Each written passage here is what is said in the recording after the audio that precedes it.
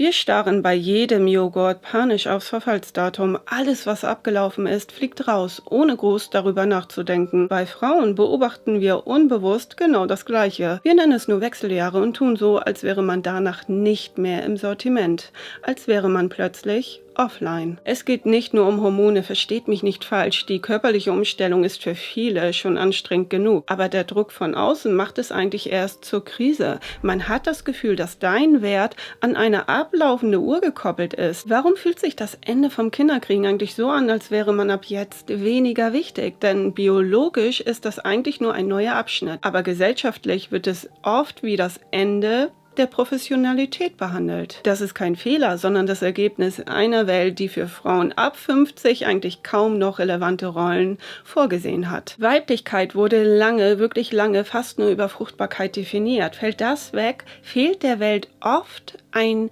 klares Bild über diese Frauen. Wer bist du noch, wenn du die alte Norm nicht erfüllst? Das Problem fängt damit an, ob man überhaupt noch gesehen wird. Oft definiert man sich über die Bestätigung von außen. Man wird danach bewertet, wie gut man für den Markt funktioniert. Man wird unsichtbar, sobald die gängigen Schubladen nicht mehr passen, und das macht einen Riesendruck, ewig so zu tun, als wäre man 30. Man steckt wahnsinnig viel Energie da rein, um das Alter zu verstecken, weil man gelernt hat, Anerkennung gibt es nur dann, wenn man noch ins Bild passt. Wenn die soziale Rolle wegfällt, dann haben viele Frauen das Gefühl, sich für das Älterwerden zu rechtfertigen, als wäre das Altern ein Fehler.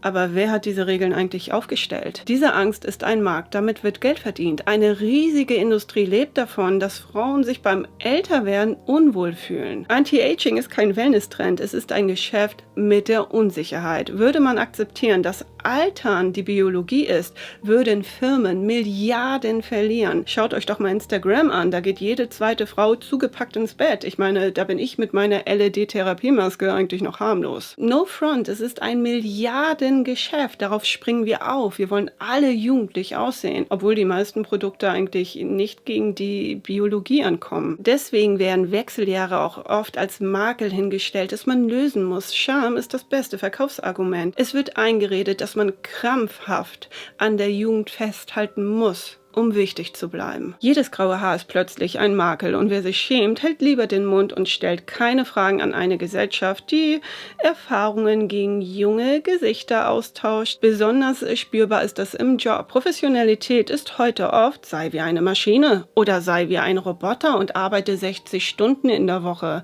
Ein Profi hat keine Hitzewallungen. Und laut der Antidiskriminierungsstelle des Bundes werden Frauen in den Wechseljahren häufig unbewusst als nicht so stabil wahrgenommen. Und das ist das eigentliche Problem. Die Angst, dass Kollegen nicht mehr die Expertin sehen, sondern eigentlich nur noch die Frau in den Wechseljahren. Frauen wird oft weniger zugetraut, wenn sie auf die 50 zugehen. Ein gebrochenes Bein im Büro ist völlig okay. Der biologische Übergang ist aber schwieriger. Diese Doppelmoral sorgt dafür, dass viele ihre Symptome verstecken, was den Stress natürlich noch mehr pusht, und man verschenkt Echtheit für eine Akzeptanz, die eigentlich an unrealistischen Bedingungen geknüpft ist. Es gab Kulturen, in denen die Wechseljahre bedeuteten, dass die Frau ab jetzt besonders erfahren und respektiert ist. Erst seitdem bei uns eigentlich alles wie am Schnürchen laufen muss, wird das Alter zum Problem gemacht. Manche Forschende sprechen sogar von der Großmutterhypothese. Danach stecken Frauen ihre gesamte Energie eher in die Gemeinschaft und ihr Wissen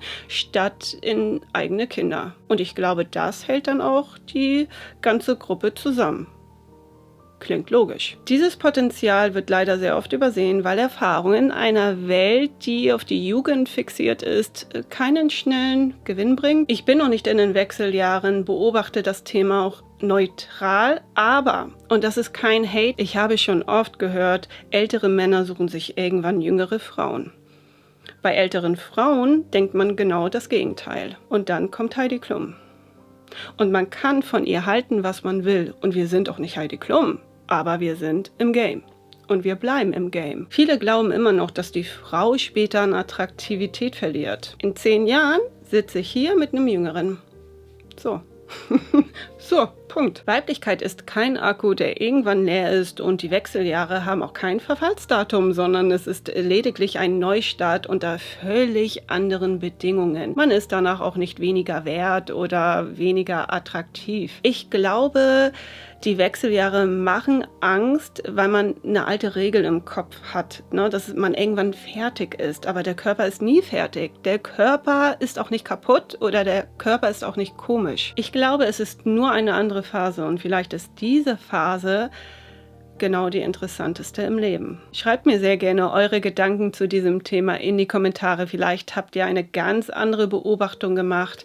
Lasst es mich wissen, und wir sehen uns bald wieder. Macht es gut. Tschüss.